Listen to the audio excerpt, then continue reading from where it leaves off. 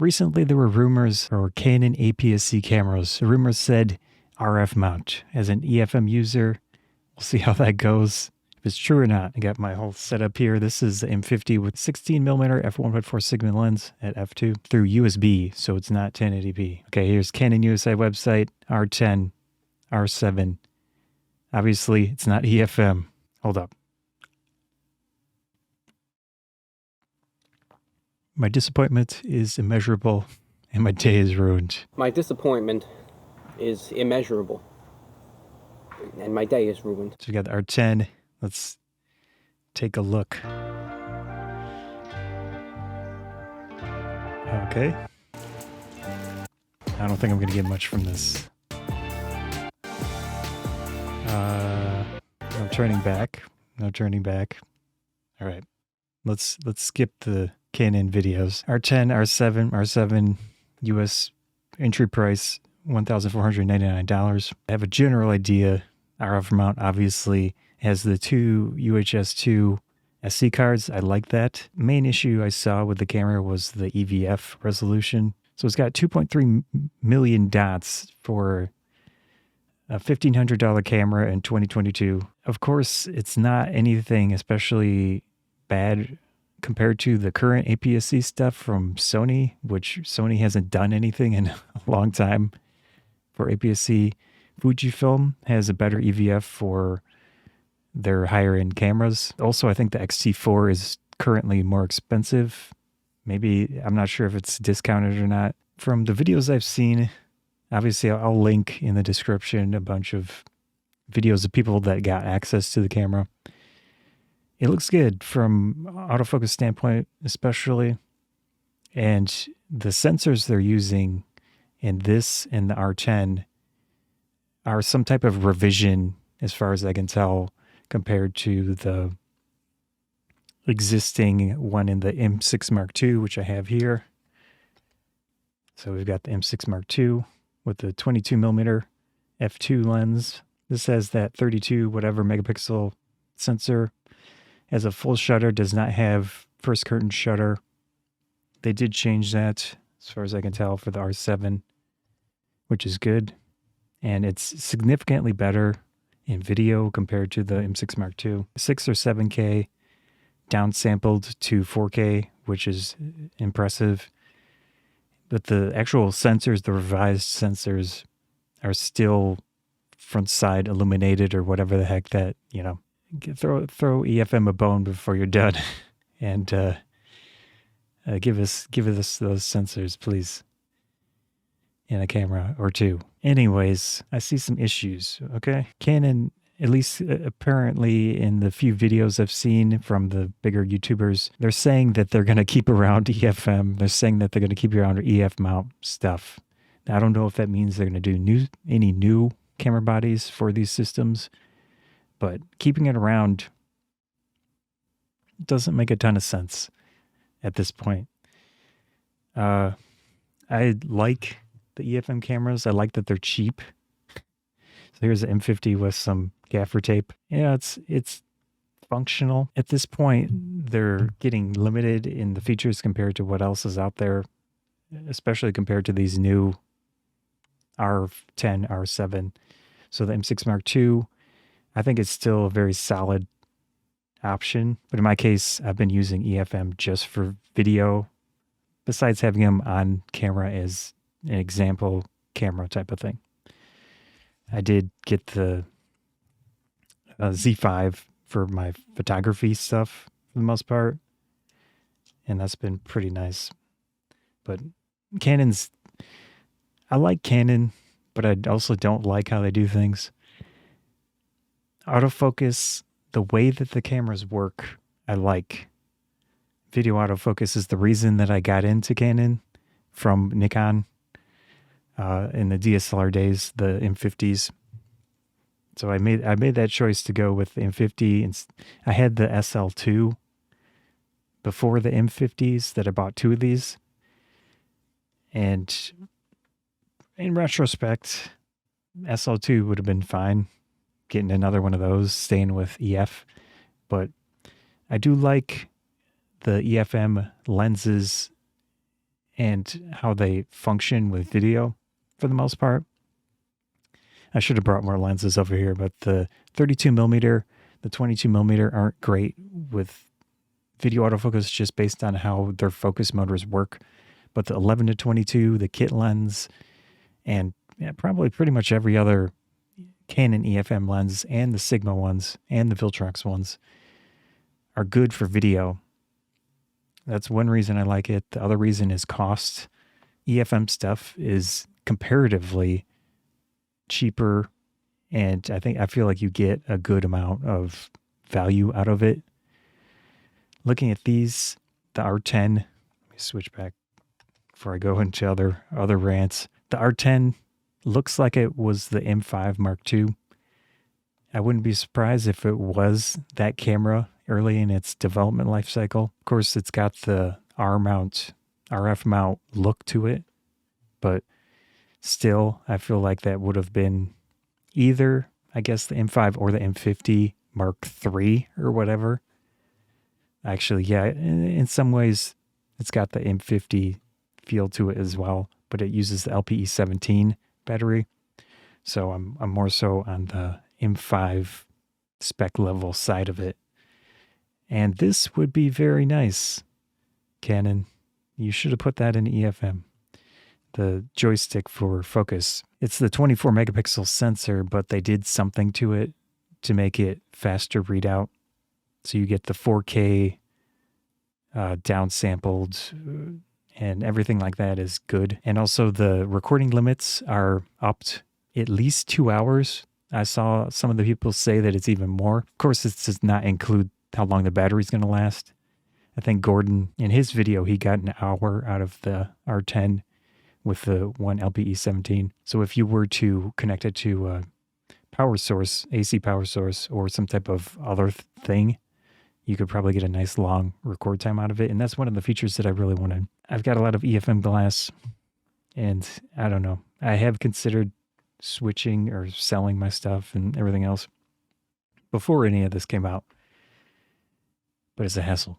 Their temperature warnings are like a scale now, which is nice. From the videos I've seen that I will link in the description, they didn't have any issues with overheating on the units that they tested in Florida. This does not have sensor stabilization. The R7 does have physical sensor stabilization. So this is basically M50, M5 with an RF mount plus new stuff. I think we should have gotten this camera, honestly, with EF-M. They should have given us a version of it. But, you know, it's already confusing enough. Anyways, you can look at specs yourself and figure out. Basically, my general opinion is they look pretty nice. If you are going from a DSLR Canon and you love Canon and you're APS-C for some reason, consider these two. They're fine. They look good. Autofocus should be very nice. And that's generally one of the sticking points these days is the difference between really, really good autofocus and decent autofocus. Actually, the last time I did a test, or I went on a cosplay photo shoot with these two cameras, and they were very comparable in face detect autofocus for me. So they're close enough. I have some issues, obviously, in various ways.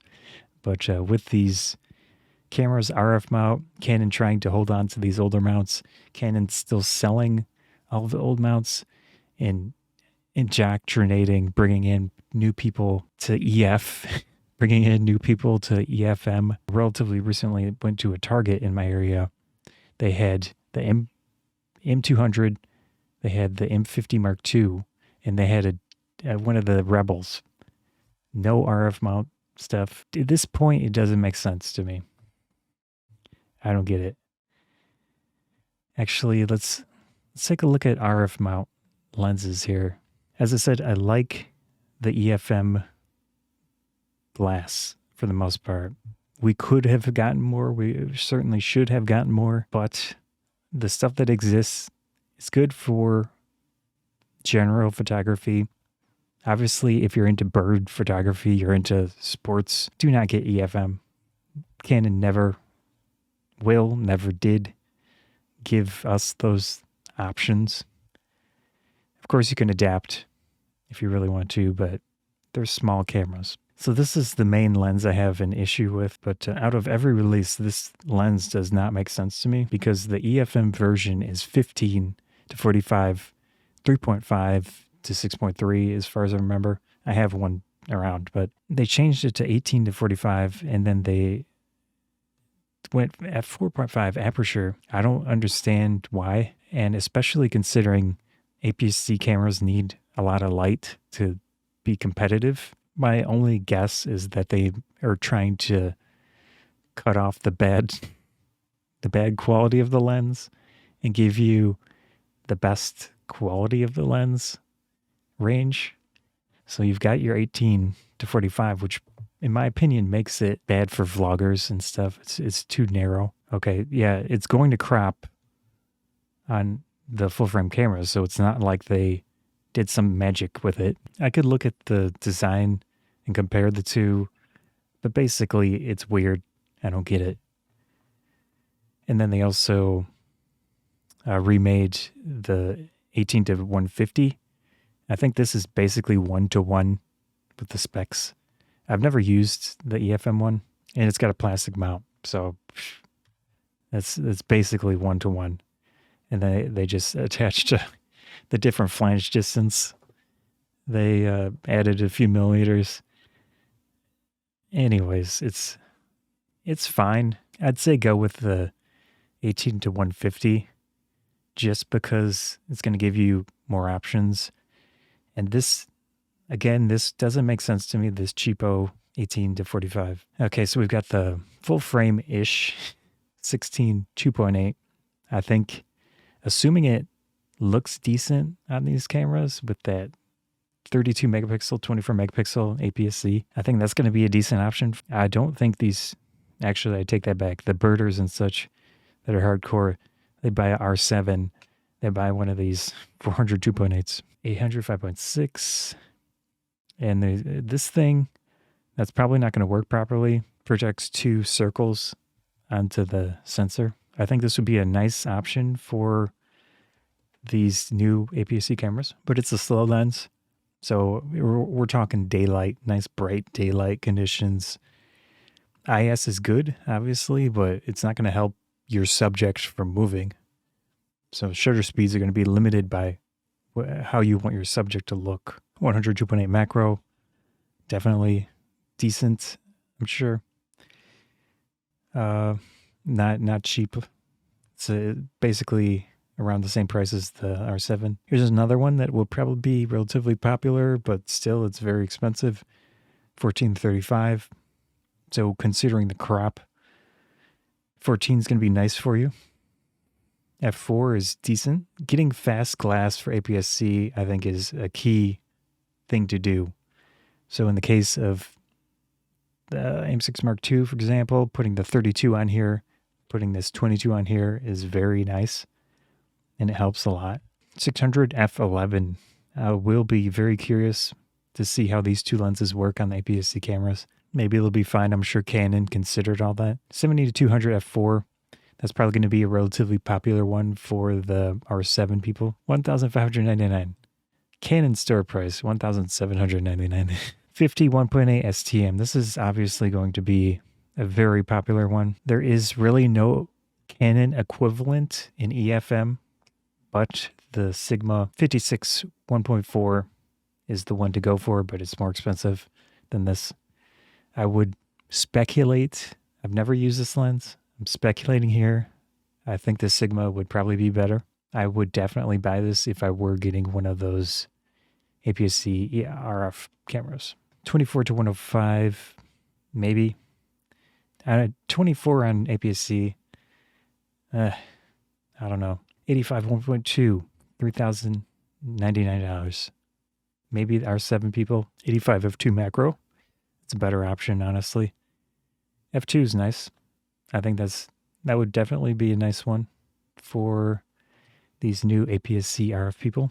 Obviously, I have not used these, but generally with all these mirrorless new mount things, the camera companies are improving image quality across the board, which is nice. In a way, we're getting a little bit more for this higher price, higher inflation world. With APS-C, I'd rather take a 15 to 35 than this 24 to 70, but it really depends on if you want more range. And both these lenses are not cheap.